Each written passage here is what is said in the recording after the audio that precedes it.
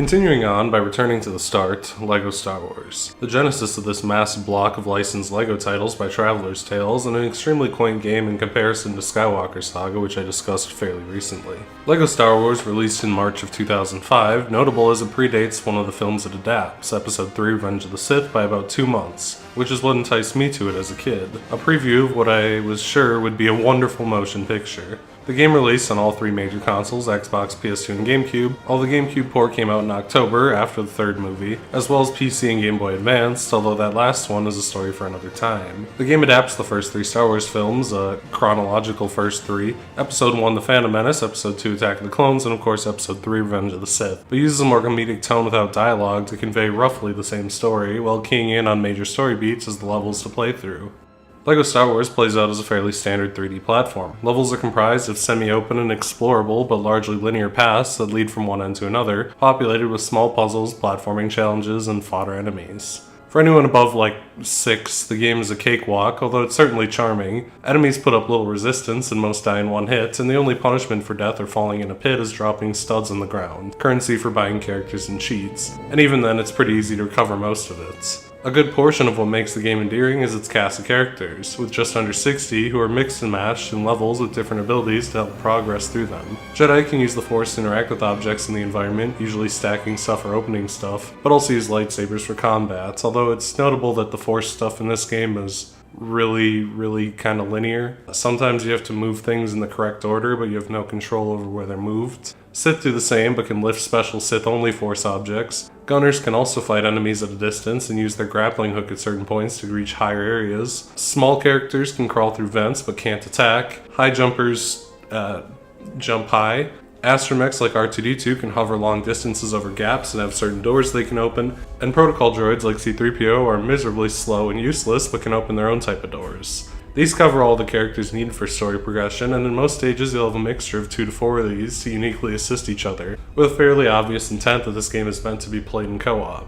While most characters are identical with their classes, you'll occasionally get some wackier ones mixed in, like Yoda, who's an uncontrollable bolt of chaos so terrible that the level he's forced on you is made far more difficult by his mere presence, and many of the unlockable characters fall into groups not necessary for the story, like battle droids who are worse gunners, or outright unique like the droidicas, who roll to move and get a shield when stationary but can't jump, as well as others like General Grievous, who has 4 lightsabers and a high jump but can't use the Force. These characters can be taken into free play to replay levels just for fun, but also to find the 10 collectibles in each stage, many of which are unobtainable on first pass by virtue of limited character selection during the story. The game is really simplistic, and it's usually very easy to know what to do. I don't know if truly anything in this game specifically could be called a puzzle, but it's never that brainless either, striking a nice balance of platforming and combat that's charming enough for someone older, even if it's certainly better for younger and younger kids. The game also mixes in a scattering of vehicle missions to keep things fresh, although each is so different they don't necessarily deserve a lot of space here in the general gameplay section, although I tend to feel moderately negative towards them.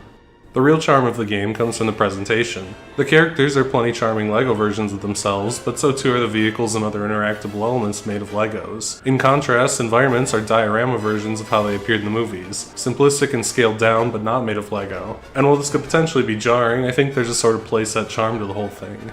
The cutscenes are also charming. They're never laugh-out-loud funny, but the slapstick is cute and does a fairly good job of conveying the plot of the movies it adapts. The game pretty clearly expects you to know the basic plot to get through it, but the recreations are cute, and I don't think you'd stumble into this game with no knowledge of the franchise. The music in the game is a bit weird. It all seems to come from Jackie Chan's 1978 classic, The Magnificent Bodyguards.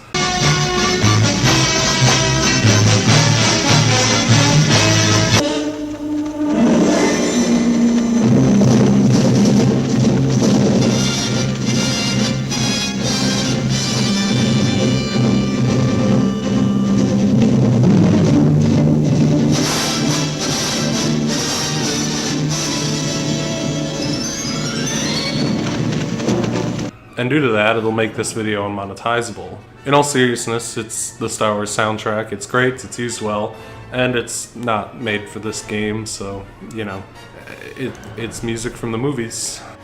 Unlike in Skywalker Saga, I do think that levels significantly stand out from one another, primarily because they focus so heavily on platforming and light action over exploration. Each movie consists of 6 levels, save Episode 2, which only has 5 due to cuts made during the development.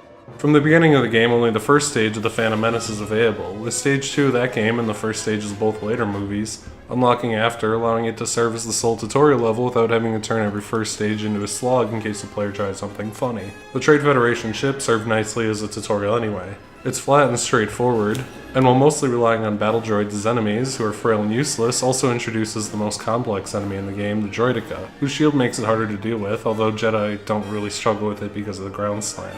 The level also begins you with 2 Jedi, so each player in co-op gets used to the abilities of them, and given the nature of the prequel movies, you play as them throughout most of the game, while also giving you a protocol droid to introduce utility characters. Anyway, if you've seen the movie, you'll probably realize that beyond introducing the game pretty well, nothing much happens on the Trade Federation ship. Obi-Wan and Qui-Gon break some robots and leave for Naboo. As Phantom Menace tends to, the plot moves forward very little in the invasion of Naboo, merely being the journey from one part of Naboo to the other. Jar Jar is introduced as a high jumper, and because it's less of a tutorial, the gloves are a bit more off, not to say it's hard, it's still very forgiving, but various parts of the level are a war zone that feature waves of endless enemies. The first puzzles, if you can call them that, also show up here in minor ways through setting up platforms for Jar Jar to reach spots to open for the others. Escape from Naboo introduces gunners into the mix, and despite generally being weaker, they do see some practicality in hitting enemies in wider, more open areas. Despite this mix-up in characters, the Jedi are still available and are generally more useful, being needed much more frequently as most environmental interaction is done through the Force. What do all 3 of these levels have in common? A lack of set pieces. Not to say they're terrible, but these early Phantom Menace levels highlight the simplicity of this game specifically. Puzzles at best involve opening paths for other characters using the simplistic abilities of the necessary character. Combat is simple button mashing, and arguably even worse with gunners, and even when the levels do open up like an escape, while good for hiding collectibles, don't offer substantial twists on the gameplay. This isn't always the case, but the game is simplistic and repetitive even in the context of this series. The game controls and plays well and is fun in the moment, but Phantom Menace starts with a weak impression.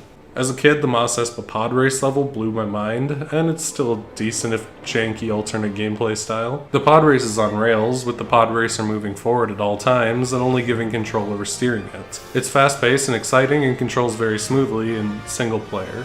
In multiplayer, something weird goes on. I don't know if it's something to do with the camera, collision, what, but both players lose a bunch of control and often just get jerked around by each other. The level also gets a bit harsh, with a collision with most objects being instant death. More of a concern on the final lap as the track becomes cluttered with ever-changing obstacles, sending the player back to the start of each segment, on top of a very strict time limit that only leaves 2 or 3 seconds wiggle room, although thankfully each second only lasts about half a minute. Single player, it's a fun change of pace and a great set piece. Multiplayer, it's hardly functional, but still cool. Retake Theed Palace is much the same as the first 3 levels, a fairly basic stage, which in the movie is part of a very convoluted finale switching between many different things, namely Anakin and the donut ship and the Gungas fighting the robots, 2 set pieces that were presumably too complex for this game or that they didn't have time to include, which makes this level feel extra limp. Thankfully, the final level ends really well, creatively titled Darth Maul. It serves as the first boss of the game, beginning with a chase that has platforming that by the standards of this game is fairly intense, and ending in a proper fight. Bosses are weird. Generally, they consist of spamming ground slams over and over, as the area of effect on that attack can't be blocked by bosses, and they have some force element, usually countering some kind of projectile they throw by throwing it back with the force. Bosses lay in pretty hard and dying is somewhat inevitable, but they're entertaining for their spectacle and requiring a bit more attention than the game tends to ask, especially when trying to hold on to money to reach true Jedi, especially as this game lacks any money multipliers, which is a staple of all the other game's cheats and extras in the endgame, although invincibility is an eventual band-aid to that. The Phantom Menace is a bit unfortunate in that it never feels like it leaves the ground. Perhaps by design it's very basic and introduces the game pretty slowly, although it's thankfully the weakest and it's all uphill from here. The great irony is that it's a pretty good adaptation of the movie, a lot of nothing with 2 pretty cool things coming right at the end. Attack of the Clones starts very strangely. That is to say, it skips the entire first third of the movie. Granted, that shit's all boring and has no level potential save the chase and the flying cars above Coruscant, a level that was planned but eventually cut during development. Although this ends up leaving out Anakin and Padme's romance crap from the plot entirely, which makes the story a little hard to follow.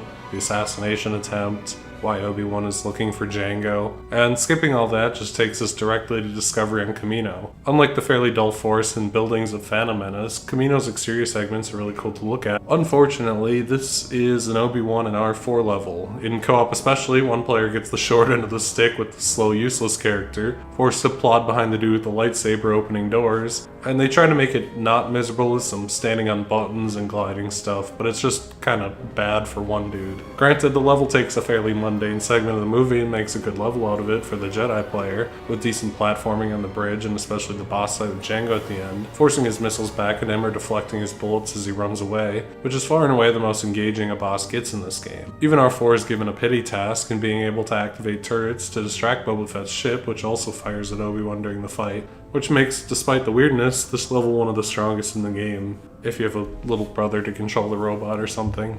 The game then skips even more bullshit, lots of sitting around and talking with very little cool happening, and jumps to the 2/3 point of the movie, the Droid Factory, which handles the asymmetrical multiplayer much better, with one as Anakin with his lightsaber and one as Padme with a gun, who each open paths for each other or to help the droids R2 and C-3PO around, all while on a series of cool set pieces like conveyor belts with giant presses to dodge, moving buckets to ride, and lava to jump around, which all come together as a strong level for both players. Jedi battle's a mess. The Coliseum packed with NPC Jedi and droids is a hell of a spectacle, but you die often and quick. Because of the clutter, and a majority of the level is just circling the arena hunting specific droids down.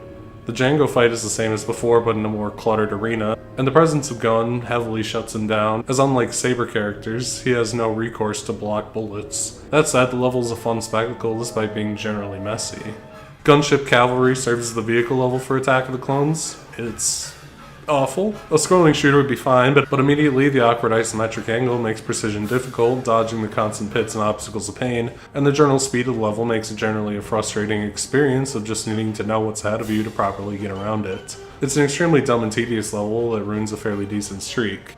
Lastly, Count Dooku. His fight is like 95% the same as Maul's, but without the exciting chase to start. It's good enough, but a little less standout the second time. Attack of the Clones, worse than the prequels, puts in a pretty strong show here. As it turns out, carving out all the boring shit, leaving the big set pieces, and recreating them without a mountain of terrible CGI leaves you a generally great set of exciting levels and one exceedingly bad vehicle mission. Revenge of the Sith starts with one of its best moments, the big flashy space battle that begins the movie, where here it's effectively a rail shooter. The spectacle is really good and the control is perfect, although it's honestly a bit slow and simplistic. You hold down the fire button and wiggle about with almost no risk of death, over the course of a slightly too long and straightforward mission. This one also does not run very well on the GameCube. I'm unsure, I would imagine it runs a lot better on the Xbox, but it runs very poorly in this version of the game, and I know for a fact it runs better in the later remake compilation title of this game.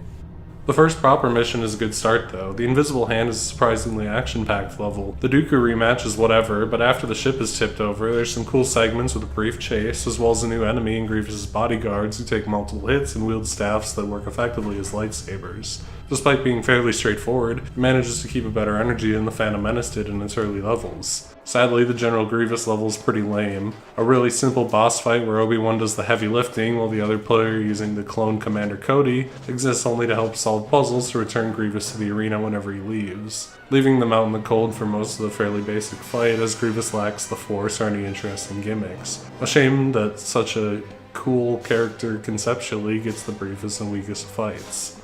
The Kashyyyk defense level is something. Chewbacca has very little to do for most levels, save shooting clones and occasionally targets, while Yoda does pretty much everything, but man does he suck to control. He's either unbearably slow or an erratic mess that struggles to stay on platforms, let alone fuck around with the Force and battle enemies, and fair enough, he's unique, and the beach scene is cool, but it's just a lengthy slog mostly. Rune of the Jedi is similar in that someone is stuck with Yoda, although the other guy does get Obi-Wan. The level's fairly plain and straightforward, although the vertical climbing sections are pretty neat platforming challenges for the end of the game. The level's much more notable in that it seems to be based on an early version of the script, playing out the Jedi Temple scene slightly differently with the undercover clones and the like, although it's also plausible that they just needed to have enemies of some kind. Darth Vader is basically a perfect finale for this game. Every section is on some kind of clock, whether that's jumping across a collapsing floor, running from a falling ceiling, or jumping through the fairly difficult sinking platforms over lava, and the presentation is top-notch, with plenty of explosions and effects, all capped off with a great twist. The final boss is your co-op partner, if you're playing in co-op, and you and your friend need to fight to the death. Granted, eventually Obi-Wan needs to win, but that doesn't mean it's not a fun way to finish a huge co-op adventure, and it really blew my mind as a kid. Revenge of the Sith is a bit more of a mixed bag than Attack of the Clones. The finale is perfect, and I think it's all around alright. A moderately more generous version of my thoughts on the movie proper. Nothing here has the explosive action of Episode 2, but it does work enough to be fairly strong, and as a preview for the movie, I remember being really hyped to the roof at the ending, which is half the reason that this game came into existence. This game also features a brief bonus level unlocked by getting True Jedi, which is reaching a certain amount of money in each stage. While there are mini-kit collectibles, they only give money to spend on characters and extras. Well, it's hard to know what their plans were at this stage. Given LEGO Star Wars 2 came out only a year later, it's rather safe to say that this bonus level was meant to be a teaser for that, or at least the possibility of that. A New Hope is a very short level, covering the opening scene of the movie. It's pretty clearly just a bonus, but unlike its counterpart that actually appeared in the second game, it's played from the perspective of Darth Vader and a stormtrooper, whereas in the second game it's played from the perspective of Leia and the Rebels. Although there's little else to say about this level, as it's pretty straightforward and pretty clearly just a quick thrown together bonus mission. And that about covers the game. While later games would expand the hub worlds, here it's very little more than a level select and access to the shop. There's characters and extra to buy, with the only useful extras being invincibility and the mini-kit detector, while the rest are silly little Easter egg things, turning all lightsabers purple. The game is very short, if not going for 100%, maybe an hour per episode at worst, so 3 hours total. Although the grind for money is pretty substantial if trying to buy everything, especially as there's no money multipliers, probably doubling the length of the game. Although there are some cheese strats for money generation. For example, in the first part of the final episode of Episode 3, the Darth Vader level, you can just continue dying in the first segment after you reach the end, and you'll gain slightly more money than you lose, and if you have invincibility on, you won't lose any money, and every time you go back through, you can just keep collecting more and more money. That's probably the fastest way, that's what we did, but LEGO Star Wars is kind of hard to conclude on. I loved it as a kid, and I'm sure any Star Wars loving kid would, but it's pretty simplistic. It at times is able to leverage cool moments into something exciting, and I think generally it's a pretty solid game, if a bit flat and simplistic. The biggest issue this game has is ironically outside of itself. The game was remade a few years later after its release and bundled with its sequel in the complete Saga, with updated mechanics, improved and even new levels, and a few other quality of life changes. LEGO Star Wars is a decent game and would be great for kids, but the complete Saga perfects what this game had, has far more content, and is on much more accessible platforms. Before I get to that though, I'll be doing LEGO Star Wars 2 soon. This may sound like kind of a weak conclusion, but really, this game has been entirely replaced. And well, I still think it's enjoyable enough, there's just no reason for it to be revisited when the complete saga is this and more, really.